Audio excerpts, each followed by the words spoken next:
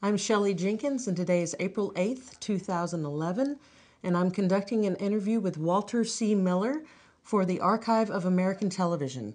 We're in Los Angeles, California. So, Walter, we'd like to take about 10 minutes to just spend a little time talking about your early years and influences. What was your full name at birth? Walter Charles Miller. And when were you born? Lincoln and I were born at the same time. I have to go back. It's March 15th, 1926, And where were you born? in New York. And did you grow up there? No, I grew up in Queens. As a matter of fact, on what they call Springfield Gardens. And I spent most of my life out there before I went into the Navy. And what was your father's name? Joseph, I think. Yeah, Joseph. And what did he do? He was a projectionist and also an engineer. And your mother? My mother was a mother. As a matter of fact, my mother did contribute during the World War II effort. She went in and she was Mother the Riveter for a while to make a contribution. She was that kind of a lady. Excellent. Any siblings? Yes, Paul, my son, and Deborah, my daughter, Trevor, my grandson, and I have a granddaughter as well, Tess. Did you have any brothers and sisters? Brothers and sisters, I had none. So what were your interests growing up? Well, I would say mostly, I guess I was interested in theater for a while, and I was also, my father was so into radio, more so than television in the early days, back to television. I would build my own radio, little crystals radio set, put by my bed, and it carried on to the Navy, as a matter of fact. Navy's big users of Well, radio. as a matter of fact, I built my own radio in the Navy while I was flying and teaching radio. And as a matter of fact, the radio would play Anchors Away without even turning it on. I used all Navy parts. Wow. Now, where did you go to high school? Andrew Jackson in Cambria Heights in Long Island. And Bob Cousy was playing basketball there at the time. Interesting. Yeah, well, he was lucky to have me. So why did you decide to join the Navy out of high school? I was supposedly going around to see where I was going to go to school, what college again. I got the bug. I wanted the Navy, and I wanted the Naval Air Corps, and I stayed with it, and I got it. What did you want to do after the Navy? I didn't know. First of all, my folks thought I would be a great idea for me to be a doctor. We had a good friend that was a psychiatrist, neurologist, and a friend of the family, and we started looking at schools for me to go to and different colleges, and I started making the rounds. And knowing I wouldn't have enough money with my GI Bill to cover all this, I decided maybe I would try projection too, to make some money. You know, you could fill in. My father was a projectionist. And when I went to the school, it was a, public situation. The instructor, he had a little bit of a hook with the NBC, which what he would do is he would take what he thought were promising students and send them down to NBC. So what happened, I took the course, and the course was 3 months. And in 1 month, I said, what am I doing? This is ridiculous. So I took the test and passed it. And the next thing you know, this professor sent me up with an interview at NBC. That's what he did. He was kind of a underground scout. And the next thing you know, on January 10th, I went down and went to work at NBC for 18 years. Wow. And when I got there, I found out I wasn't too insecure because nobody knew anything. Nobody knew what was going on. It was a brand new industry, and I said, my God, what a place to grow and what a place to be, and right at the ground floor. So I must say, I was at the ground floor. What did you think of television the first time you saw it? Well, I was in awe of it. I just couldn't believe the opportunities, stared me right in the face. And I said, how lucky can one little guy be? Well, so I got lucky. What was your first actual job with television? Well, you didn't have an actual job. They threw you in a pool, and you did this and you did that. And naturally, I had a little film experience, so I did projection, I did camera, I did sound, I did video, and eventually, usually it took 5 years to be a technical director. I made that with all my verve and desire. I made it in 3 years, and the next thing you knew, I was working live shows with directors who didn't know anything either. We were learning together. So as time went on, I decided, hey, I can direct. He doesn't know what he's doing. He's asking me. So what do you say we jump in, give me a shot? And I did. I started directing on my own, and it just went on and on from there. And I had some wonderful opportunities, and I was fortunate enough to scrape through. So about what was the time frame when you started directing? January 10th, 1949, I went to work. And for 18 years, I was with NBC. I did Mitch Miller for 4 years, Mitch Miller and the Sing-Along Gang. I did the Bell Telephone Hour, which put me in touch with Broadway because we did a lot of theater on the Bell Telephone Hour. And I was fortunate enough to be around people that knew and didn't know. And one day, one of the directors that came in, he said, we're going to do a Balanchine ballet, and I don't know anything about ballet. Could you do that for me? And I said, my God, what an opportunity. So I sat in the theater to watch the rehearsal, and then all of a sudden I turned and I was sitting next to Mr. Balanchine. And I said, Mr. Balanchine, I called him George. What do you want to see as the major choreographer? My God, he's sitting next to the God choreographer, right? And he explained it to me. He gave me a lot of help. And I must say, I was a sponge, a walking sponge. And I found people like that. And the next thing you knew, after 18 years, I got a call to do a Barbra Streisand special. Wow. Well, we're going to talk about that one in a minute. The Mitch Miller show, how was that? Was that difficult technically? Was that? Well, at least it was a tape show. It was a fun show. Leslie Uggams, we had 25 old background singers who were pretty reliable, except around Christmas time. Every time we got to Christmas time, they'd get across the street to the bar. And the next thing you know, we were doing sing-along, and half the guys were on the floor.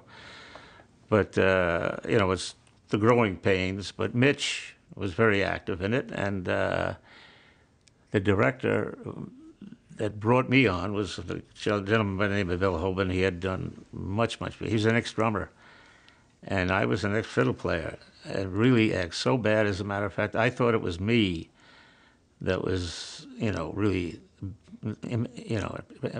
improper with I couldn't do it. And I found out it was the violin.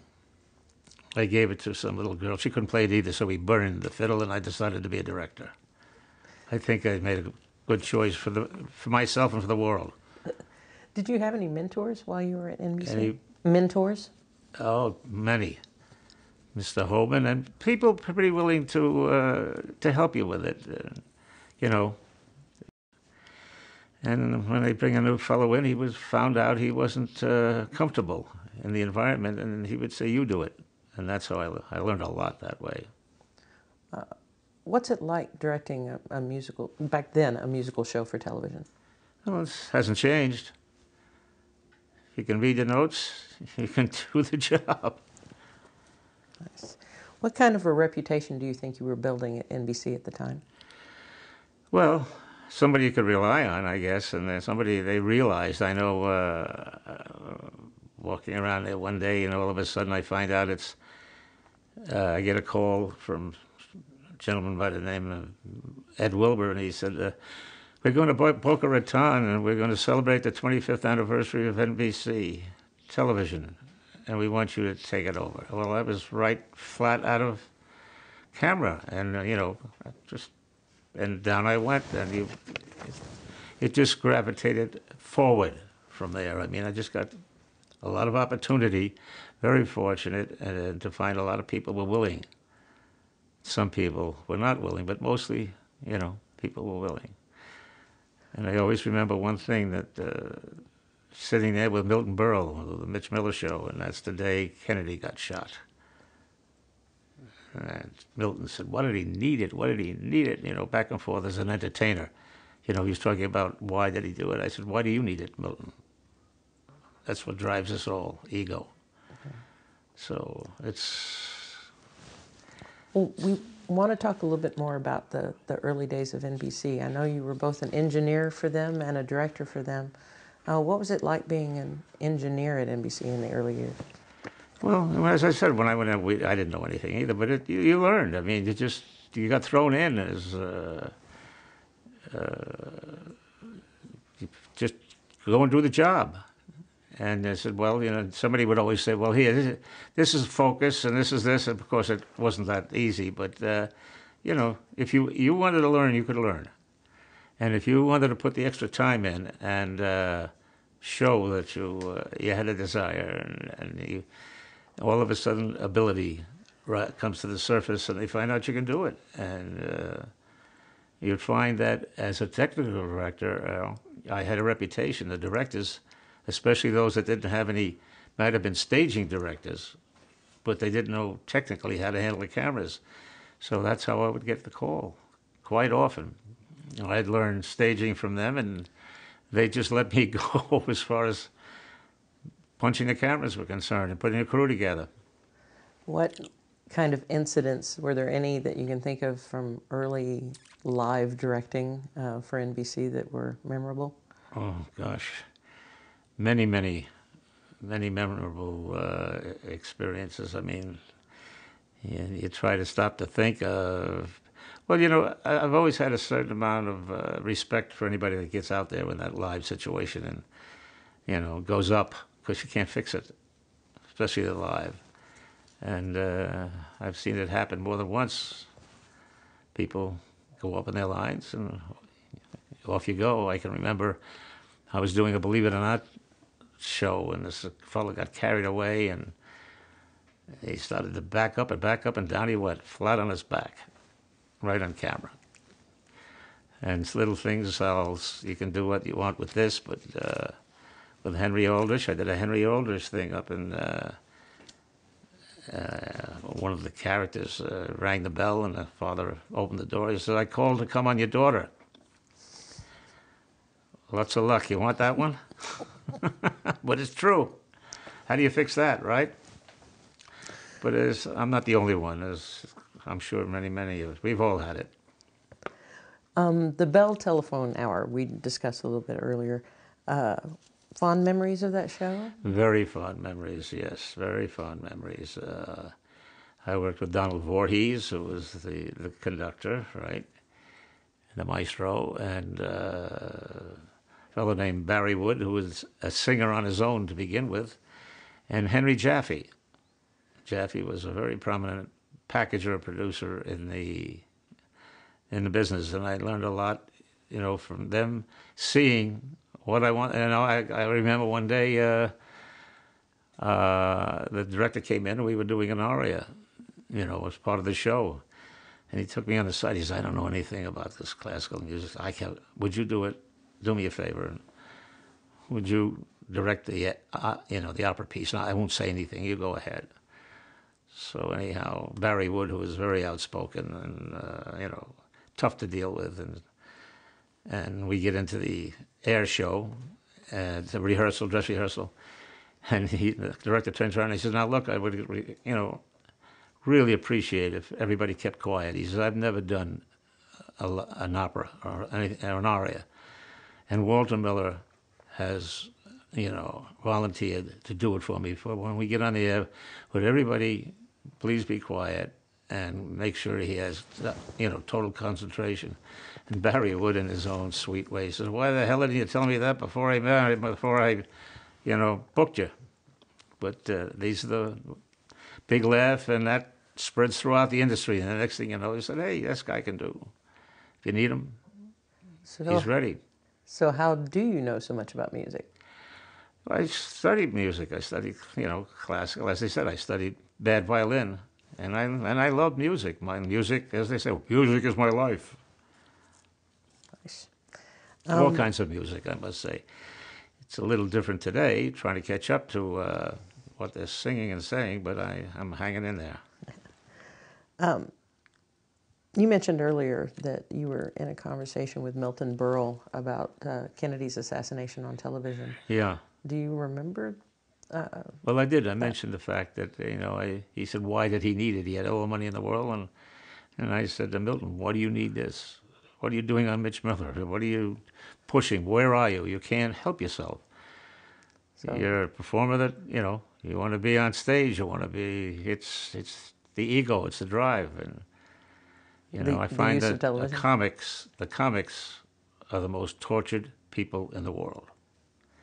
It is so hard to stand there and be funny. Now we're going to jump ahead just a little bit. You involving an on-air announcer who didn't show up? Well, he didn't show in the booth, but he did the commercial cut-ins, and he would say da da da da da, and whatever the commercial was, and now back to Hopalong Cassidy, and the announcer didn't show up, and this is going on the air, and they say, whoever was there from programming says, what are we going to do? So he said, tell Walter Miller, he'll do it. He said, you ever do anything like this before? I said, no. He said, you want to do it? I said, sure. So I walked in the booth, and every time they cut to a commercial, I did the commercial. Eat Wheaties or eat this or whatever. And this went on, well, back and forth. I guess it was like an hour and a half, Hopalong Cassidy. Then we would go back to Hoppy and back to this. And then, of course, I came back and said, well, this is a wonderful evening and good night. And the next thing you know, the phone rings. Yes, this is Burke Miller. And he was the manager at the time, daytime television. Whose voice was that? And why was that voice on on NBC? Well, that's Walter Miller. He was the TD, but Roger didn't show up, and we were going to lose the commercial. So I said, we can't afford to lose an hour and a half commercial. So we stuck him in the booth, and he did it for us, and I think you owe him a vote of thanks. He says, listen, I don't want to hear that voice on the air, even in the event of an H-bomb. A direct hit is the only thing I know to keep him off. So that was the end of my announcing. Another story I've heard is involving a kiddie show during the... Well, Don Pardo was doing the kiddie show. And he, again, we were cutting away for something else, but he didn't know it. We didn't know if we were going to go on the air with it, or we weren't going to go on the air with it. But he was standing by to do all he built these little clay figures and things like that, and he'd sit there and ready to go, and we'd get a call from downtown. You're not going. We're staying with Washington, with the investigations. We don't tell Don. Was this the Kefauver hearings? Huh? Was this the Kefauver hearings? Yeah. This was the Kefauver hearings, so we don't tell Don, but we still fade up, and he's doing his little thing, explaining about the children and the thing. And all of a sudden he looks down, and we're back at Kefauver. And he's trying to get up now to come out and see what's going on. And as soon as he got up out of the chair, I cut to him. He'd go back and say, well, here we go again. He says, let's go back. And he would talk about his little cowboy thing and, how he made the animals. And as soon as he got into it, I'd cut back to Kefauver. Well, I got him worked till the last one, he was at the door, ready to go out the door. And we were laughing so hard we couldn't do anything more about it, but we just destroyed him. But it was the early days of television. Nobody cared. If we could spend, there was another one about the Bell Telephone Hour about a costume, I think. About what? A costume? or something that you I should tell had you notes the on? Bell telephone hour. The Helen Hayes is the best. What's that story? Helen Hayes and was doing Madame von Meck, the letters between Tchaikovsky and Madame von Meck. She would read the letter, and then Farley Granger, you know, would question her.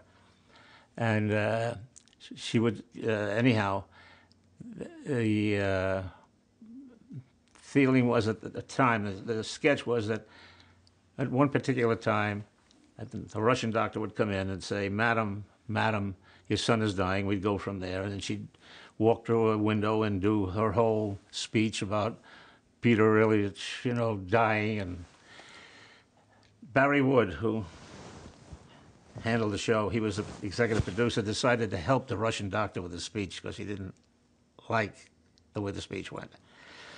He said, you're not, you know, he was going to coach him. And here we go, on the air, live at Bell Telephone. And now we're going into the speech, the segment, and Helen Hayes is talking, and then Farley Granger is answering her and reading another letter and back and forth. And all of a sudden, in comes the Russian doctor, and he says, Madam. Yes. Madam, he's up. So she says, yes.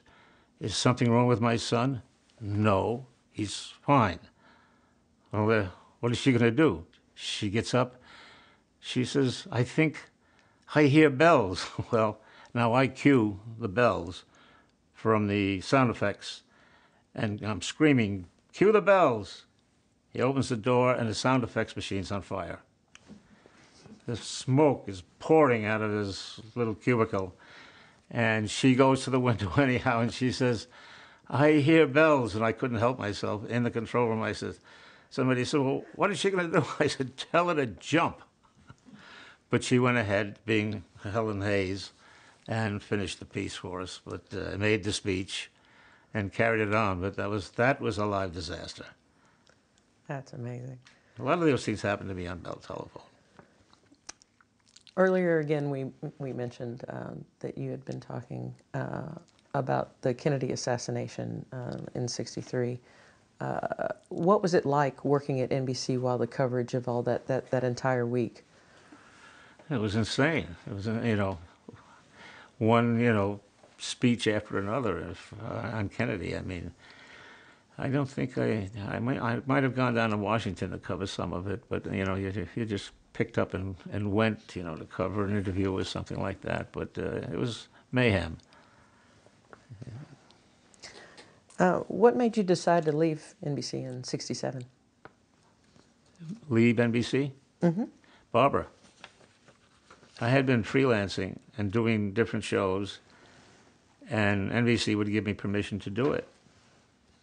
And I directed Rosemary Clooney, Jack Carter, on the top of Radio City doing a whole musical show, and I did a thing with Dick Shawn and Anne Bancroft, freelance again, and it was and my reputation was building, and you know, people were getting to know about me, and all of a sudden I hear Streisand is going to do the Bell of 14th Street, and you're going to direct it.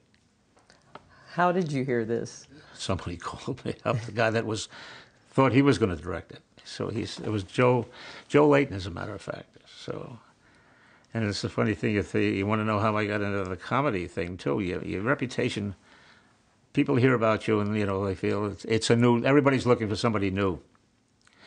And when Rodney Dangerfield finished Caddyshack, they decided that he would do a television with Bill Murray and do a big special. And I get a call at home one day, and it's a lady named Estelle Endler. She says, you understand you have a background in comedy? I said, well, you might call it that.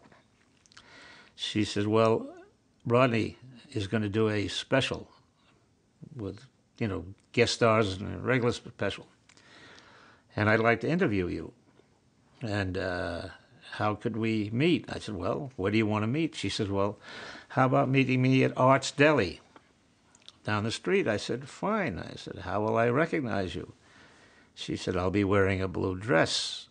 And she says, how will I recognize you? I said, I'll be wearing a blue dress too. She says, I don't think we have to go any further with this conversation. Let's sit down and talk about you doing the special. Well, it's obvious you've worked with a lot of famous people. What was it like working with Streisand? Well, Streisand, she knows what she wants. And the nicest thing I can say about her, most of the time she's right. It has to be right for her. So, and especially in the early days, it was difficult because not everybody, felt that she was that easy to get along with, and she wasn't. But it was her career, and she was going to have it her way.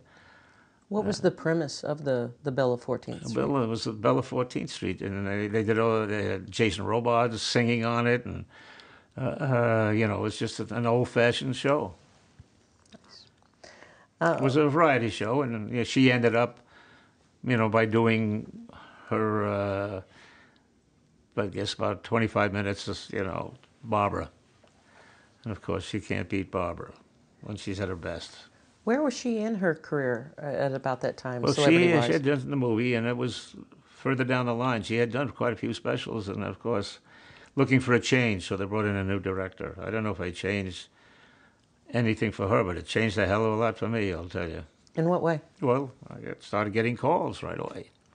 You did a Streisand special. But that's what I had to leave NBC, and the feeling was that if I had done a Streisand special that won an Emmy, and I was staff at NBC, it didn't sit well with NBC, so they said, make up your mind. Do you want to stay at NBC, or do you want to go out and freelance and take a chance? And so the head of engineering, the head of programming at the time said, you got a day. And I walked around New York for a day, and I came back. Because I had my son in college and my daughter about to go, and I'm saying, it's a big move for me. And off I went. I came back, and I said, I'm going to do the show. And the guy in charge of programming said to me, he says, I'm glad you're going to do that show, and I hope you're successful, because I'm sick and tired of you making more money than I do every year. As a freelancer, did you have an agent? I started off with an agent. His name was Ben Griefer, as a matter of fact. And that worked for about 40 minutes, and I never worked with an agent much after that. Most of the time, people would call me, and rather than get in a hassle, and, I did it if I wanted to do it, and the price was fixed for whether I wanted to do it or not, and I did just on recommendation. Now, you went on to do a few more shows with producer-choreographer Joe Layton. Yes. Working with him. What was your professional relationship like with him? Well, it was, again, he was a choreographer, basically a choreographer, and he was a stage choreographer. And when he got into the booth, it was a different world. So we worked very closely together, and I learned a lot about staging from him, and more or less, I cut the show. But it was tape, so whatever it wasn't allowed to show, you could fix it. But he would call me Mr. Technical because he didn't want anybody to know he wasn't directing it. But we worked very closely together. You complimented each other? Was that what? You complimented each other? Yes, we did. He was very good at what he did, and I learned a lot from him. And I must say, I was a walking sponge. Because coming in, I didn't know anything, and I realized the opportunity, and how could I not take advantage of the opportunity? And in my own way, I guess I have to compliment myself. I stayed with it. I must tell you, and my son will tell you too, the first time I did a classical music, 3 hours in Tanglewood, I sat down in the basement of my home for days and days and broke that score down, so that I knew every note before I went in. Excellent. So you went on to work on a show, a Debbie Reynolds show called And Debbie Makes Six. Could you tell me a little bit about what it... That was with Joe Layton. What it was like working with Debbie Reynolds and Bobby Darin and Bob Hope, Jim Nabors, Donald O'Connor? Well, most of those people weren't around long enough to give me an opinion. I mean, they came in and they did their job and went home. And Hope was Hope. You're going to stop him. He's going to start telling you current jokes and whatever he's going to do, and what he's not going to do is buy you a cup of coffee, that's for sure. But anyhow, and Debbie, full of energy, and again, just one big special. What what was Annie, the Women in the Life of a Man? Well, that was a major win for Anne Bancroft. It was Annie, and we hired 7 writers to write sketches for her, and she did the 7 sketches. It won every. It's a funny thing. I didn't put that show up for an Emmy, and I should have. It won every award. What was special about it? It was because she was a different person in every. And she came in with all these stars, and she was a different person with each star. So it was a collection of, 6 vignettes. Did Mel Brooks also work on that show? He didn't work on that show. He coached her on the side. But because of that show, we took him to do one of my classic shows in Acapulco, yeah. And the we opened the Princess Hotel. And we brought Mel along. How do you approach the look of the specials that you direct? What do you mean in general? Do you work with any particular lighting directors, production Oh designers? yeah, that you know, like? usually you'll find out, you get a crew and you hang with that crew. My production people, my lighting director, Bobby Dickinson, and my TD, John Field, and Christine, my associate producer. These people know you, and Where are you typically positioned during a special like that? Are you Well, in- usually for years I was in the seat directing. Other than that, I'm usually out on the floor or I'll sit in the control room. Now, as a producer, I'm not directing anymore. But I'm out on stage, backstage, around stage, walking around. Certainly not in the audience. Matter of fact, when I got the Grammy, and they wanted me to put on a tuxedo and sit in the audience and get my tuxedo, I came with my sweater and the way I worked, and I got shot backstage. And when they called me, I just took my bow, and I was backstage could you with the wa- talent most of the time, working with the talent. Could you walk us through a typical work week directing a special like that?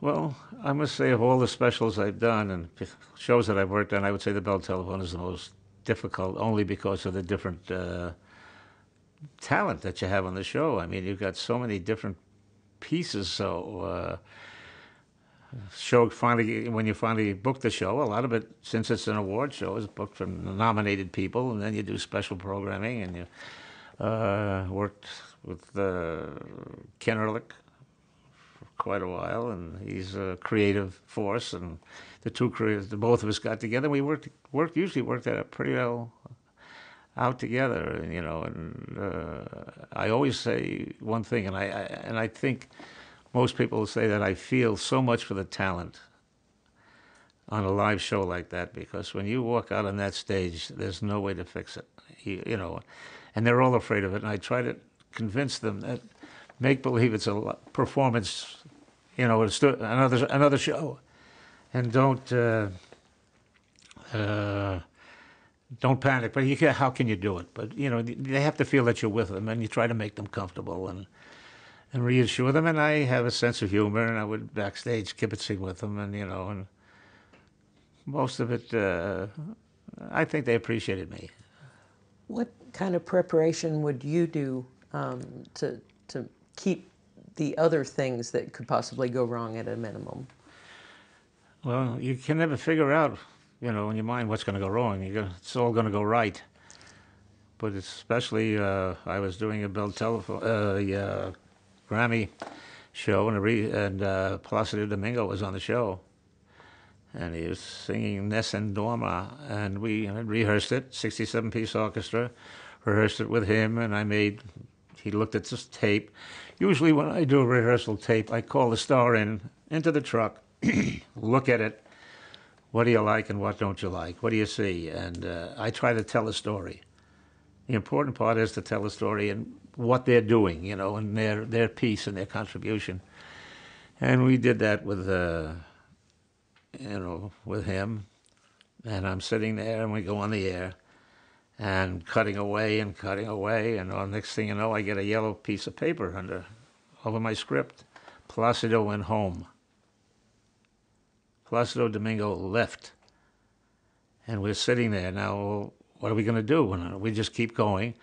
And Phil Ramone and Kenny backstage. Aretha Franklin, as a lark at music, she sang it, and she could sing it. They pulled her in, threw her on the stage, and she sang that without a rehearsal. I shot it without a rehearsal, without the orchestra, not in her key. And how do you prepare for that? You don't prepare for that. Either you can make it or you can't make it. And if you can't make it, the same thing happened with Chris Brown and Rihanna. All of a sudden, he beat her up, and show day, I find out they're not coming in. Other act. But I did get a chance to rehearse it. At 2 o'clock, we rehearsed the act, and 5 o'clock, we went on the air with the show. But you can't prepare for that kind of thing. You just hope you got the guts to do it and you don't fall apart. Wow. Jumping back to some of the early stuff again with NBC. What was NBC's George M? George M. Cohan. Joel Grey. I guess that was Leighton again with me. He and I did that together. How about Jack Lemmon and Is Wonderful, Is Marvelous, Wonderful Gershwin. That was, first of all, I'm a total Gershwin fan.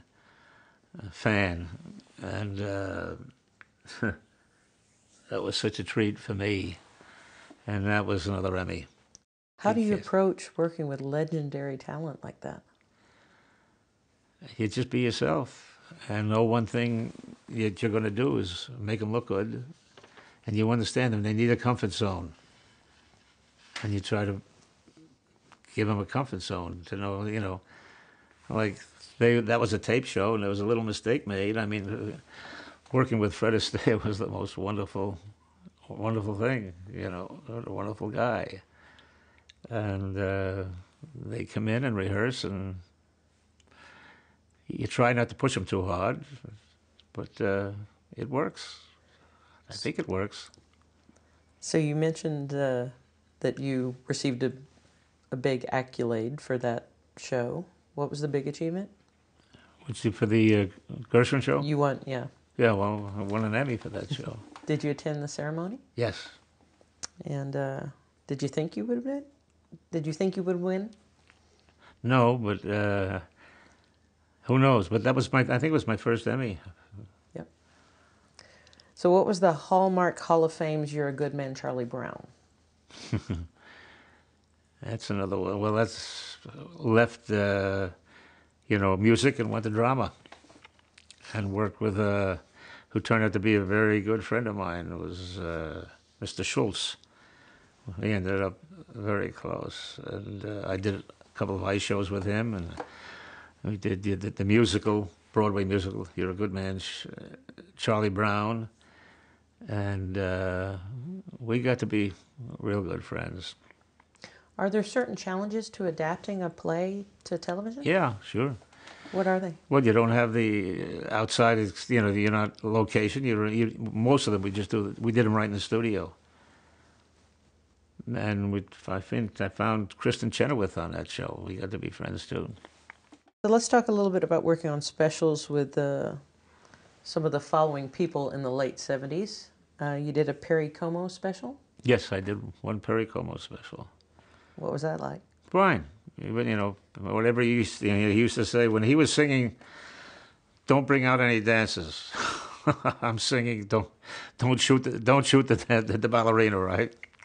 But he was fine. John Denver? John Denver and I worked together, yeah. I think we went to Hawaii on a special with John. Johnny Cash? Well, Johnny Cash and I were very close. I did a lot of shows in Nashville with him. He hosted a lot of things that I did with him. And I have a belt buckle that says, Johnny Cash is a friend of mine. We were close. The Osmonds. The Osmonds. Well, the Osmonds are the Osmonds, and I went into Mormon land, no drinking, no cursing, no. But I brought George Burns in to do a special. What was that like? Well, especially in Osmond land. And George Osmond came to Mr. Burns, who smoked cigars, and he says, we're Mormons, and we don't smoke, and we don't drink. And George looked at him, he says, well, I'm George Burns, and I smoke cigars, and I don't tell you how to make babies, don't tell me how to do my show.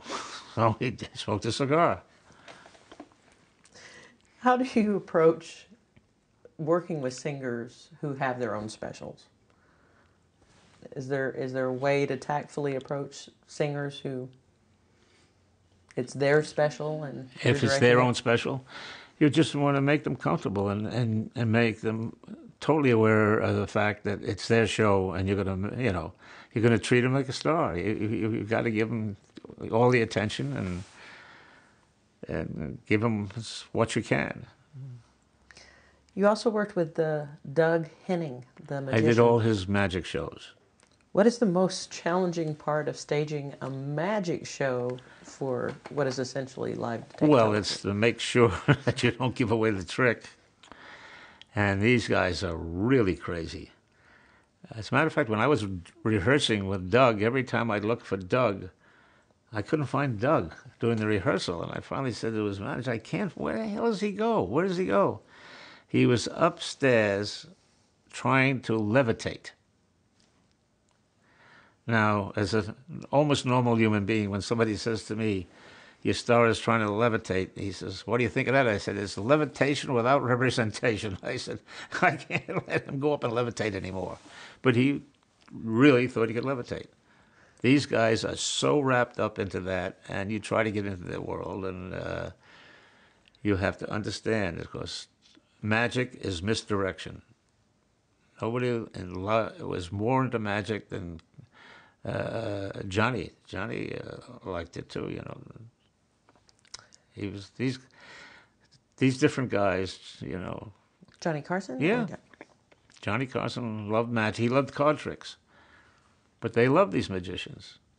Did you ever accidentally give away a secret? No. Directing?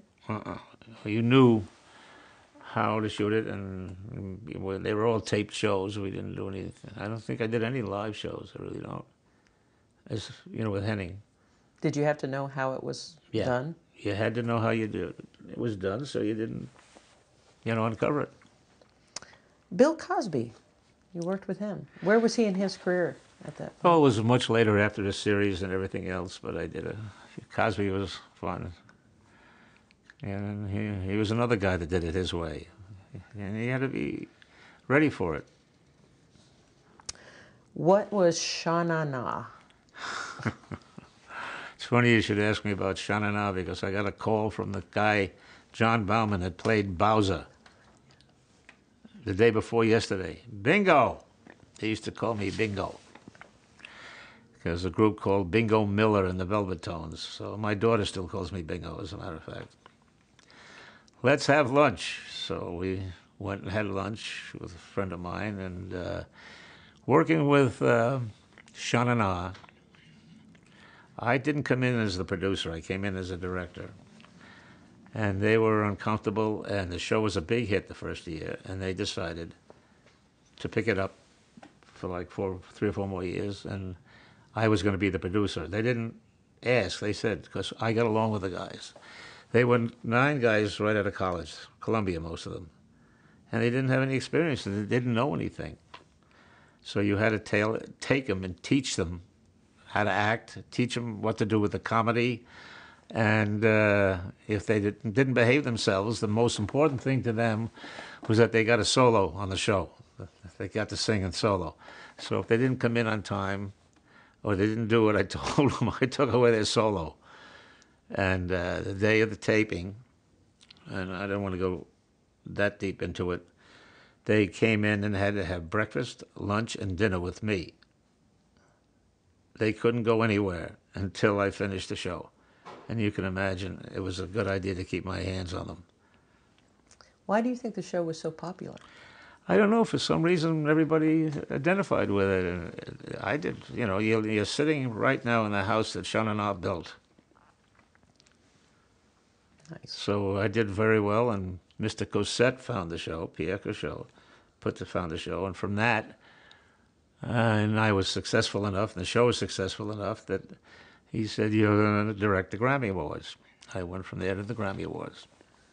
How is directing a variety series different than directing a one-time special like the Grammys? Well, you have to just, plan differently. And, you can pick it up and you can this and you can do more with it than you can with just a straight performance. You can do more production with it. We're going to talk a little bit now about the TV specials you did in the 80s. Did I do specials in the 80s? You mentioned working with George Burns on before. What about his NBC special? I did 5, 6, 7 specials with George. What was it like working with him? What was it like working with him? Oh, it was heaven. I mean, he was such a nice guy. And, when you were ready to shoot, none of this, I'm not there. He'd be standing, when you were ready to go, he'd be standing backstage, not sitting down because he didn't want to crease his pants from vaudeville. And off you went, and George was there. He was always there.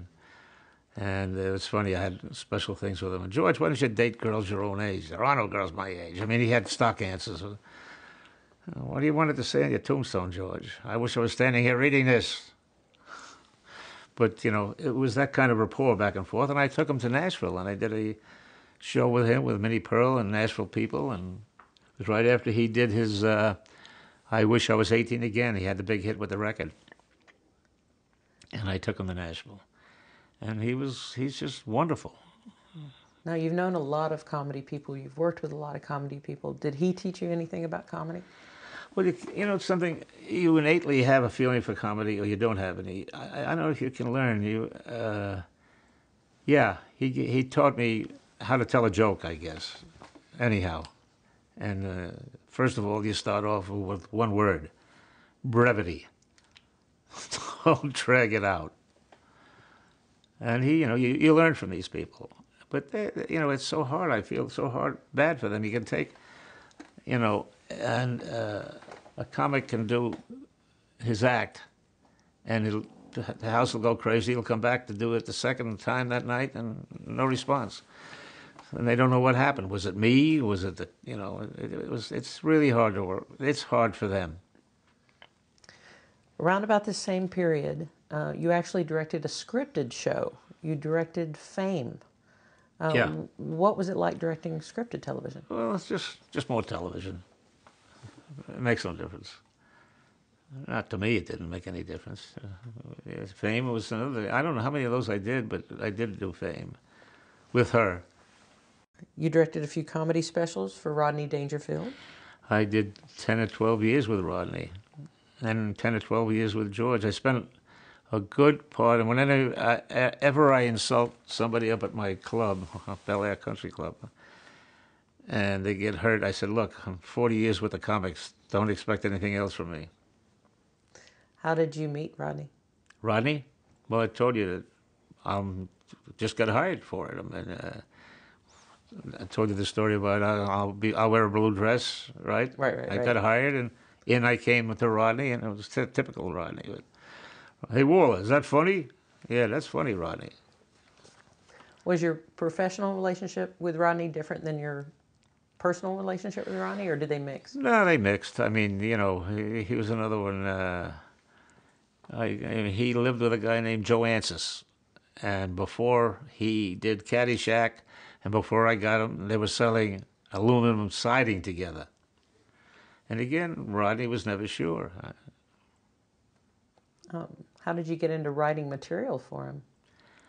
You sat with him. As a matter of fact, he sat up here, and the reason that you're not hearing my big clock chime is I turned it off. And when the clock would chime, Rodney would go crazy. And Rodney was tough. He was not easy. And he said, let's go down to the Improv.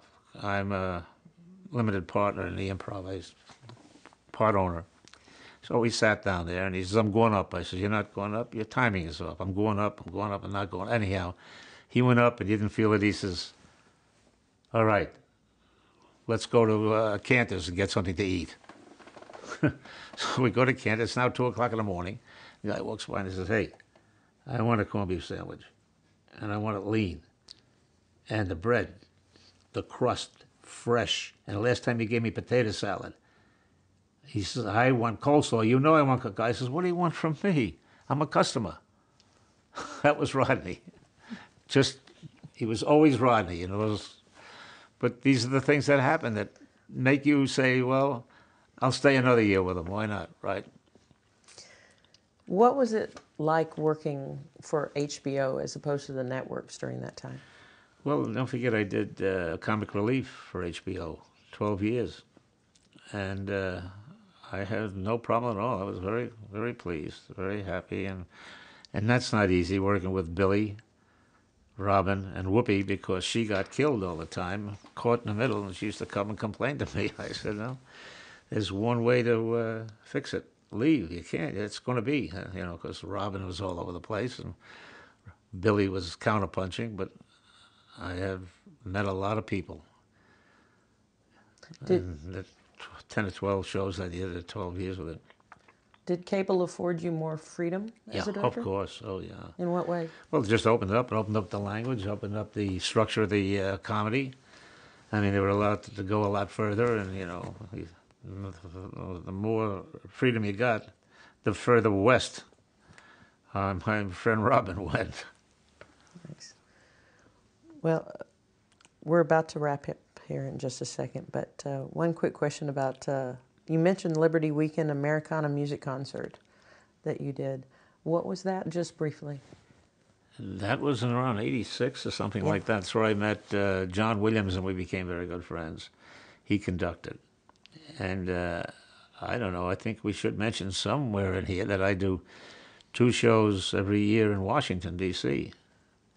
And how it happened is I had done a PBS show, whatever it was, and I got a call from the fellow that was Tip O'Neill's media man.